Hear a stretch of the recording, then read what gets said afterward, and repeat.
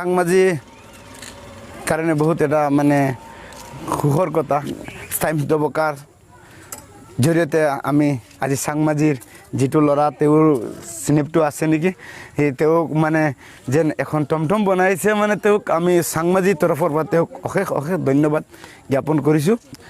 সব টমটমৰ চকা 3খন দেখা পাইছোঁ কিন্তু আজি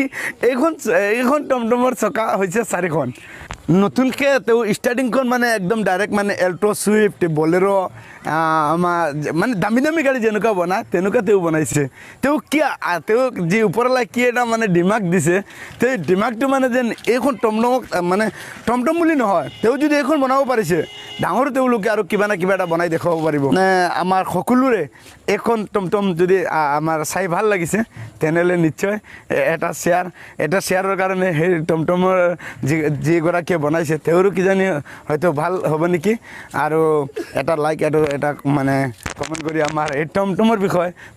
জনাব বুলি আমি আশাবাদী আগত ই ৰিক্সা আছিলে মই আগত ই ৰিক্সা চলোৱা আছিলোঁ কিন্তু এইটো এক্সিডেণ্ট হয় এক্সিডেণ্টৰ ভয় থাকে এইটো কাৰণে মই নিজে ভাবিলোঁ যে 4 চকাৰ টমটমৰ নিচিনা গাড়ী এখন বনাম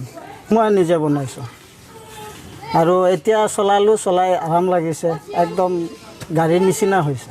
ভাড়া মাৰিছোঁ স্কুলত এজন মানে বেমাৰ হৈ গ'ল পিছত যাব লগা হ'ল পিছত মই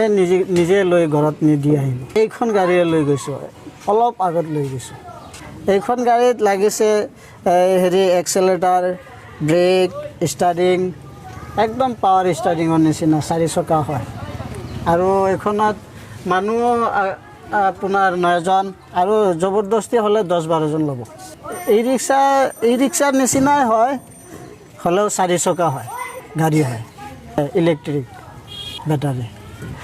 5টা বেটাৰী এতিয়া বৰ্তমান লাগিব আপোনাৰ কালাৰ কৰিব লাগিব লাইট চাইট লগাব লাগিব আৰু বেটাৰী লগাব লাগে 4 মাহ লাগিছে